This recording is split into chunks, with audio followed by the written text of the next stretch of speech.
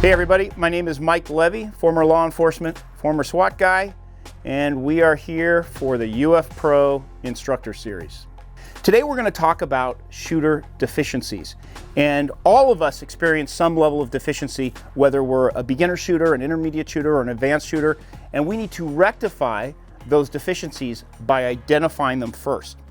So what I'm going to address particularly is sight picture and sight alignment. And whether we're using iron sights or a dot, the reality is we need to be able to understand how to put that round exactly where we want it to go.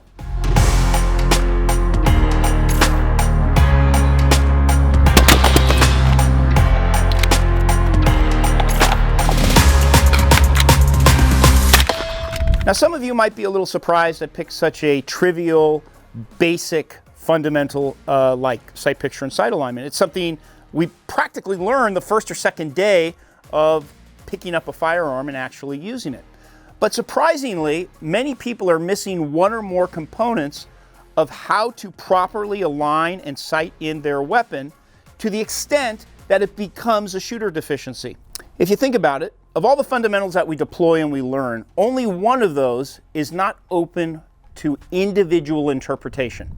And that is sight picture and sight alignment. The rest of them, the way you stand, the way you interact with the gun, can be very much an individual interpretation. And there might be multiple ways to accomplish that. But generally speaking, if you don't know how to sight in your weapon properly, you're not going to be able to put the round where it needs to go.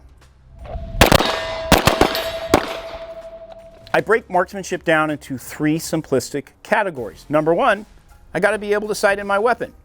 Number two, I need to be able to press the trigger without disrupting the sight picture I just achieved. And lastly, if I want to shoot at any rate of speed, I got to put some element of control over that weapon. Let me show you why only two things matter when it comes to marksmanship. Throw me those, thanks. And that is, I'm going to stand like no one wants to stand with your feet together. I'm going to grab the gun with my support hand with no purchase. I'm going to use a finger that I don't normally press the trigger with, which is my middle finger. And I'm going to just kind of line it up on that target at about 40 yards. And oh wow, I was able to hit that target. Well, the reason I was able to hit that target is because two things took place. Number one, I was able to sight in my weapon effectively.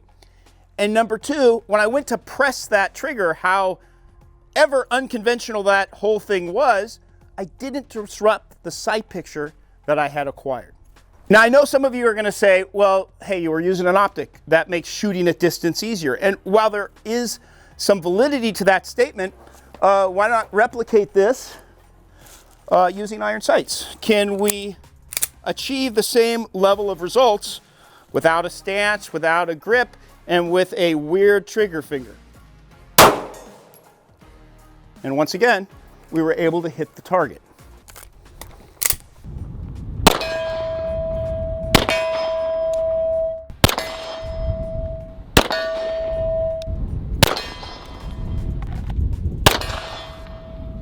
So while these look like fancy trick shots, they're really not. And you can see Ronnie and I did a bunch of funny looking platforms, unconventional shooting platforms, upside down, inside out. It didn't matter because the two things that were being followed was the fact that I was able to understand and acquire a sight picture.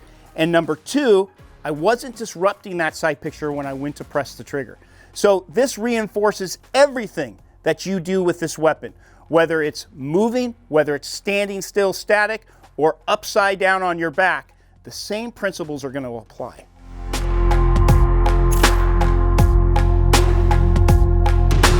Let's talk about the basics of sight picture and sight alignment. And I would assume that most of you have a basic understanding of this.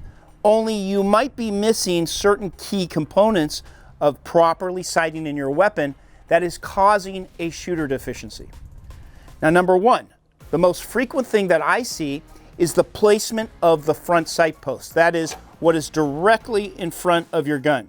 Where are you putting this front sight post in relation to the target?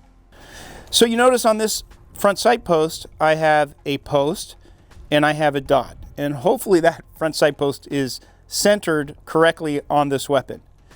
Now, if I'm going to pick a target, let's walk over here and let's pick this little hole on this vehicle over here.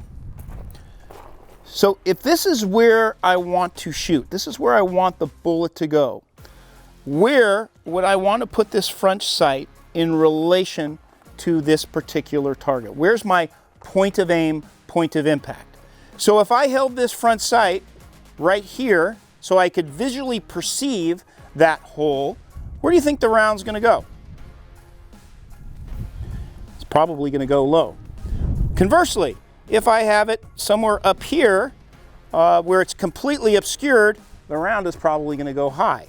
So at what point on this front sight post, or what aspect of this front sight post, do we need to intersect the point of impact on the target?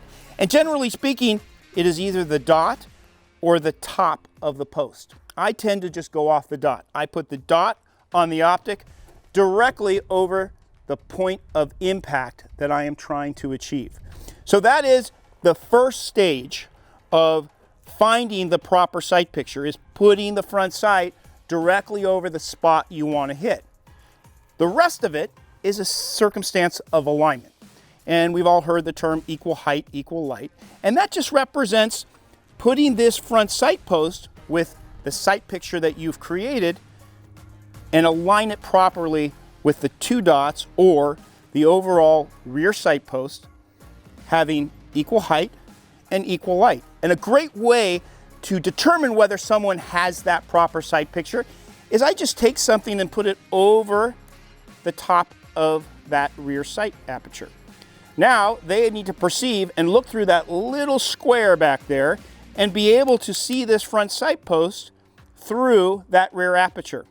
And you will find, surprisingly, that a lot of people end up modifying their sight picture when you do that, which says that, man, they weren't really perceiving that high degree of alignment that was necessary to hit that little small target.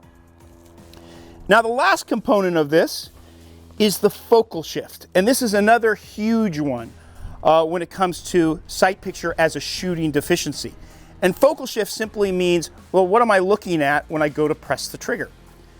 When using iron sights, it requires you to look at the target and make a focal shift back to the front sight, meaning the front sight is clear, the target is blurry. Now this brings us to the next element of red dot optics. Well, this is the primary advantage of running an optic on your gun, is you maintain full target discrimination. And what that means is I get to always look at the point I want to shoot, or at least the target that I'm going to shoot, without making a focal shift back to anything. So whether I'm 1 yard from the target or 100 yards from the target, I can perceive the target I am shooting in plain sight. There's no focal shift, there's no blurriness.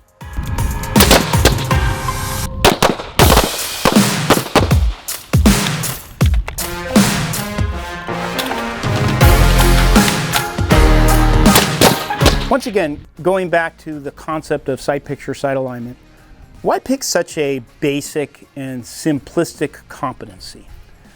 And I guess the answer to that is I have seen enough people with a limited understanding of how to accurately sight in their weapons, whether it's finding proper alignment with their irons or mechanical offsets with their red dots, that I have found if I don't cure this deficiency, if I don't make sure 100% certainty that they understand and comprehend how to properly sight in their weapon, it doesn't matter where I go from there to correct their deficiencies. And really the devil is in these details, and this is why I digress back to the most simplest concepts, because it is just a process of elimination. If the student understands how to sight in their weapon, then that is no longer the issue. Something else is occurring as part of their deficiencies. And now I can go on to the next evolution. Maybe it's their trigger finger. Maybe it's milking the grip as they're shooting, meaning gripping as they're shooting every single time. It could be a number of different deficiencies, but I know that the deficiency isn't their inability to sight in their weapon.